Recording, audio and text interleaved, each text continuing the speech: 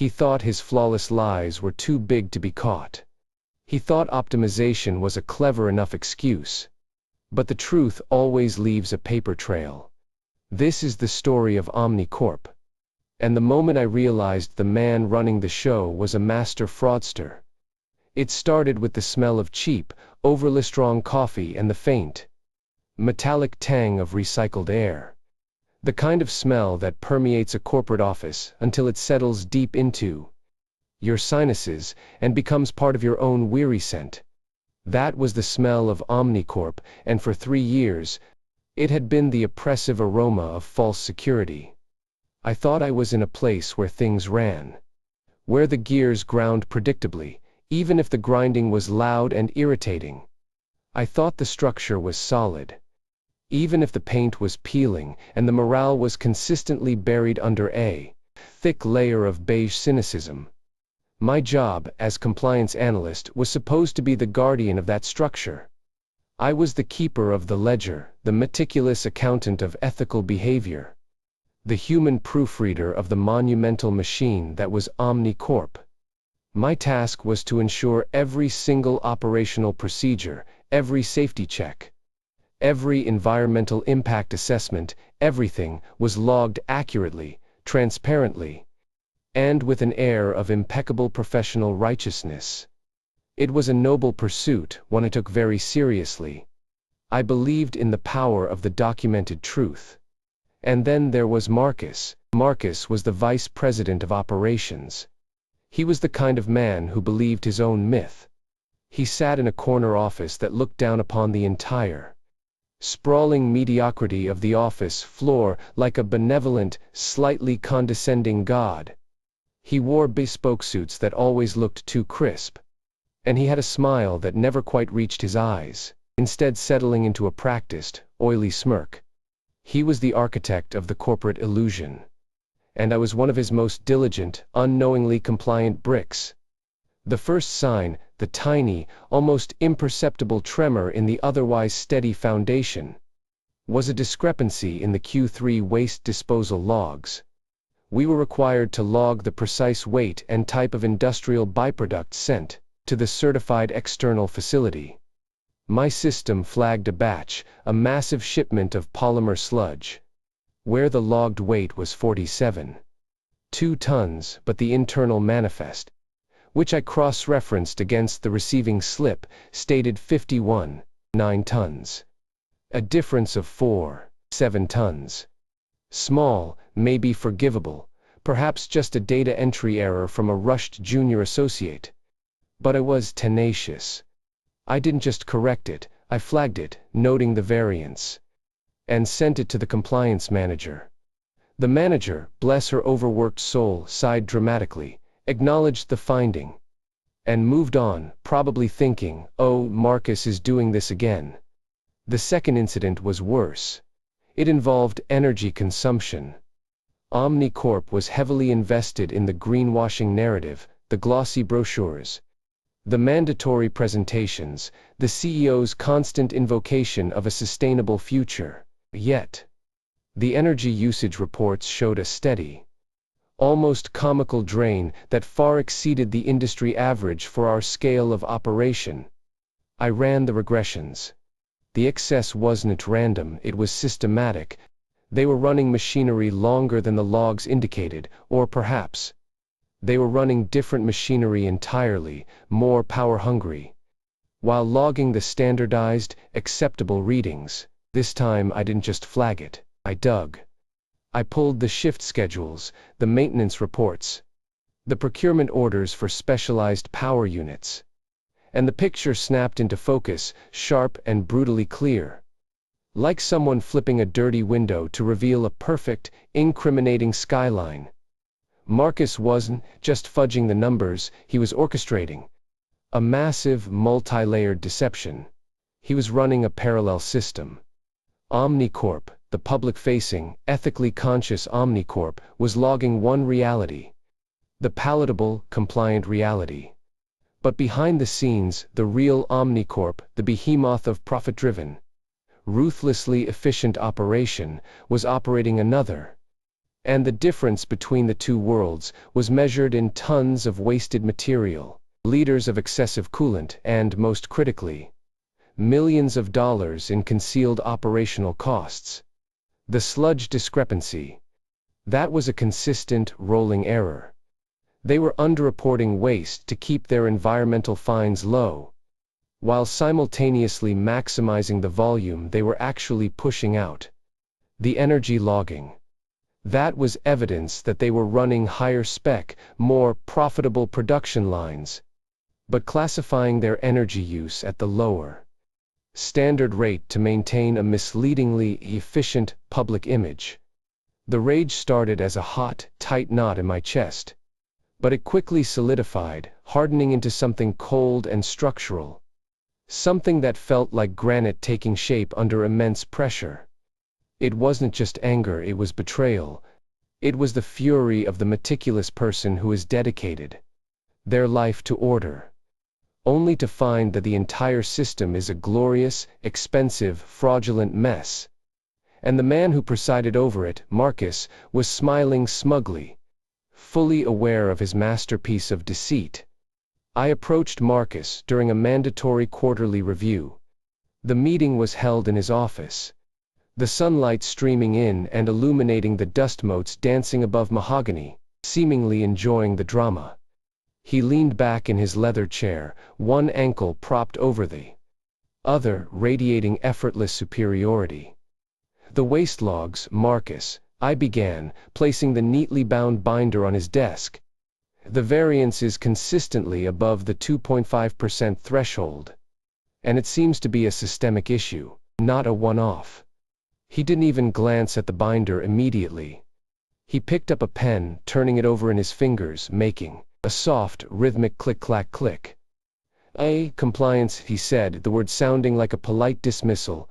Always the crusader. You're looking at human error, Alex. People get tired. They round things off. 4.7 tons is a rounding error in the grand scheme of things. It's not rounding. Marcus, I countered, pushing the binder closer. It's deliberate underreporting. The internal manifests show 51.9 tons. The logged weight is 47.2 tons. That's a tangible omission. He finally looked up, and that practiced, oily smirk expanded, finally reaching his eyes, which crinkled in a gesture of amused pity. Oh, Alex, you're so literal. You see numbers. I see the bigger picture. We are a massive organization. The perception of efficiency is more valuable than the absolute precision of the tonnage, don't you think? If we report 51.9, we look like we're maybe wasteful. If we report 47.2, we look like efficient titans of industry. He tapped the binder with the pen. It's strategic misrepresentation, Alex. It's not fraud, it's optimization. The sheer arrogance of the word, optimization, made my blood boil. It was a corporate euphemism for, we are cheating, but we are cheating beautifully. And you are too small to understand the genius of it. But the energy consumption, I pressed, leaning forward, injecting all the simmering injustice into my voice. The Q4 reports show an average usage that is 18% higher than projected for our current production level. Yet the logs categorize it as standard Tier 2 consumption. That's not optimization, Marcus. That's a direct, measurable lie. His composure wavered, just for a second. A flicker of annoyance crossed his face, swiftly masked by a wider, more patronizing smile. And now, Alex, you're getting dramatic. Look, we have internal controls. You file the discrepancy, you note the finding, we address it. You do your job. Don't start trying to redesign the narrative. You're brilliant at noticing things, yes. But you lack the strategic foresight to understand why we do what we do. It's about the market. It's about the shareholders. It's about winning. The blow landed squarely. You are good, but you are small. You are smart, but you are naive. He had successfully minimized the gravity of the deception, framing it as an unavoidable necessary evil of capitalism, and positioned himself as the wise shepherd guiding us through the murky waters of profit. Internal reporting was a dead end. I spent the next 2 weeks in a state of focused, incandescent fury. Every time I looked at a log, a spreadsheet, a compliance sheet, the numbers screamed at me. The air in the office seemed thicker, weighted down by Marcus's successful performance art of deception. He began to subtly undermine my work, too. He'd forget to loop me into critical email chains. He'd praise my attention to detail in front of the team, only to follow it up with, "But Alex, you sometimes get bogged down in the minutiae. Big picture first." He was suffocating the truth, one gentle, condescending word at a time.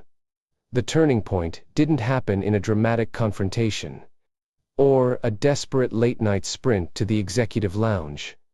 It happened in the sterile quiet of my cubicle at 10:17 p.m. on a Tuesday. I had just finished compiling the final energy report, the one that proved the systematic deviation in the high-efficiency lines. The number, 18.3% excess, was irrefutable. The timestamps matched perfectly. The procurement codes were linked to specific, high-draw machinery. I sat back in my chair, staring at the screen, the glow illuminating the exhaustion around my eyes. I could have submitted it. I could have done the professional thing. I could have allowed Marcus to smooth over the rough edges of the truth, with his strategic jargon and his infuriatingly charming demeanor. But the rage was too large, too deep. It had gone past the point of professional indignation and settled into a core, fundamental sense of violation. They weren't just wasting money, they were wasting resources, lying to the public, and manipulating the moral contract of the corporation. And Marcus, the architect, was laughing all the way to the bank. To simply report it was not enough. Reporting it meant a meeting, a bureaucratic investigation, a paper trail, and perhaps a fine. Marcus would survive. He would be chastised, perhaps demoted marginally, and then he would return, polishing his smile, already planning the next, more elaborate layer of fraudulent optimization. My vengeance needed to be surgical. It needed to be devastating. It needed to dismantle the illusion entirely. I decided I wouldn't just submit the report, I would weaponize it. I started compiling a single, master document, a terrifyingly comprehensive indictment. It wasn't just the energy logs, it was the waste logs. It was the environmental impact assessments, which were conveniently inflated by 20%. It was the safety audit records, which showed a consistent trend of minor equipment failures being logged as a routine where, instead of critical risk. I correlated every single discrepancy back to a specific date, a specific machine ID, and, most importantly, a specific executive sign-off, which was almost always Marcus's. I cross-referenced the data with external benchmarks, pulling in reports from competing companies and industry analysts. I created visualizations, pie charts showing the true versus reported resource allocation, line graphs demonstrating the accelerating rate of environmental impact, and finally, a single, damning table showing the exact financial multiplier of the deceit. The narrative was perfect. It told a story, not just a set of numbers. It told the story of a corporate lie, meticulously maintained, sustained by the sheer, breathtaking hubris of Marcus, and fueled by the predictable, accommodating nature of everyone else. I didn't just want to prove the fraud. I wanted to make the fraud uncomfortable. I wanted to make the deception so glaring, so unassailable, that it demanded immediate, forceful rectification. The final piece, the perfect, subversive kicker, was the financial projection. I showed the inspectors not just the current losses, but the projected, exponential cost of the fraud over the next 3 fiscal years. The number was staggering. A multi-million-dollar figure that made even the most jaded corporate finance executive gasp. The day the federal inspectors arrived, the air was practically vibrating with tension. The scent of cheap coffee finally seemed thin, almost irrelevant, drowned out by the scent of official paperwork, polished leather, and unspoken dread. Inspector Davies was the lead. She was a woman built like a prosecuting attorney, solid, efficient, with eyes that seemed to permanently assess the structural integrity of anything in their path. Beside her sat two junior analysts, already looking overwhelmed by the sheer volume of our operational mess.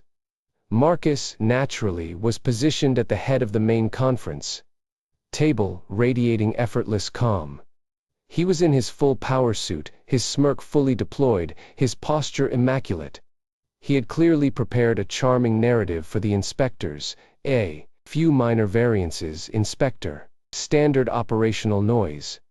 We pride ourselves on our efficiency, and these logs merely reflect the aggressive pursuit of market share. Davies looked at him, her face unreadable. Mr. Thorne, she said, her voice low and steady, we've been tasked with verifying the accuracy of OmniCorp's compliance and resource expenditure reports. We've noted several discrepancies. Marcus nodded smoothly. Indeed.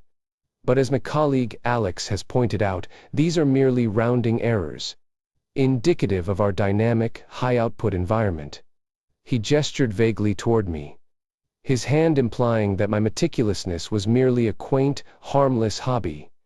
I felt the familiar, hot swell of protective indignation. This was it?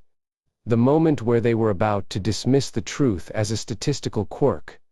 Davies leaned forward, resting her elbows on the gleaming mahogany surface. She didn't look at Marcus. She looked directly at me. Mr. Davies, please present your findings, she instructed. I felt the adrenaline surge, burning away the exhaustion, leaving behind a core of pure, crystalline defiance. I didn't fumble. I didn't rush.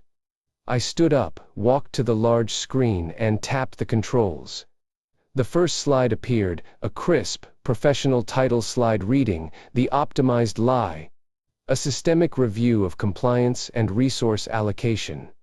Marcus started to speak, a preemptive, smooth dismissal forming on his lips. But Davies held up a hand, a gesture so subtle it was almost a blessing. Please, present, Mr. Alex. I began, my voice steady, clear, and amplified by the quiet authority of the room. My delivery was slow, deliberate, allowing the gravity of the words to seep in and saturate the atmosphere. Inspector Davies, Miss Jensen, the discrepancies are not rounding errors. They are the cornerstone of a deliberately maintained, multi-layered operational fraud. I clicked to the second slide. The giant pie chart appeared. It showed the reported resource allocation versus the actual allocation. The difference was stark, a massive, gaping hole in the center of the chart labeled "The Deception." OmniCorp tells the world it uses 47.2 tons of polymer sludge while actually generating 51.9 tons. It tells the world it runs at standard Tier 2 energy consumption when, in reality, the high-efficiency lines are consuming 18.3% more power than reported. This isn't an error, it is a systemic, financially strategic deception. I clicked again. This slide presented a side-by-side comparison of the environmental impact reports. The reported metric was green and pleasingly rounded. The actual metric was a deep, alarming crimson. This fraud allows OmniCorp to maintain a favorable environmental image, securing contracts based on perceived green credentials, while simultaneously maximizing profit through high-output production. The narrative is beautiful, but the foundation is rotten. I paused, letting the weight of the crimson sink in. Marcus's practiced smile had tightened, becoming a mask of controlled irritation. Then came the final slide, the one that changed everything. It was the financial projection. The numbers were huge, bold, and unavoidable. They showed the compounding interest of the lies. And this, I said, gesturing to the projection, is the cost of that narrative. Over the next 3 fiscal years, the financial impact of this deliberate optimization, this glorious, beautiful lie, is projected to exceed $350 million in concealed operational costs, penalties and regulatory fines. The silence was absolute. Marcus, for the first time, looked genuinely taken aback. The smugness drained from his face, replaced by a fleeting expression of panic, quickly replaced by cold, defensive fury. Davies, however, looked utterly satisfied. She didn't fidget. She didn't need to. She simply absorbed the information, nodded slowly, and finally she spoke, her voice carrying the weight of institutional authority. "Mr. Thorne," she addressed Marcus, using his last name with the formal precision of a judge calling a defendant. "Your defense of strategic optimization has been thoroughly refuted by empirical data. This is not an error. This is a calculated, high-impact operational fraud." He turned to me, a subtle glint of approval in her eyes. "Mr. Alex, you have done more than report a breach. You have provided a complete, crystalline indictment." Marcus pushed himself back from the table, his composure fractured. He looked at me, the look of a man who had been utterly dismantled. Not by a competitor, but by a piece of meticulous, undeniable data. His smile returned, but it was a desperate, strained caricature. "Alex," he bit out, leaning in, trying to reclaim the narrative, my narrative. "You are too emotional, too reactive. You threw a tantrum. This is not a moral crusade. This is simply your personal vendetta against the glorious progression of OmniCorp." I looked at him, and for the first time I didn't feel indignation. I felt something deeper, something colder, something utterly complete. The rage had cooled, solidified, and transformed into perfect, sharp vindication. I met his gaze, and I let the silence stretch, allowing him to stew in the sudden, crushing reality of his exposed genius. "No, Marcus," I replied, my voice dangerously even. "This is not a vendetta." I paused, letting the sheer weight of the words settle, then delivered the final blow, the subversive punchline to his masterful performance. "This, Marcus, is simply the truth, finally in the light.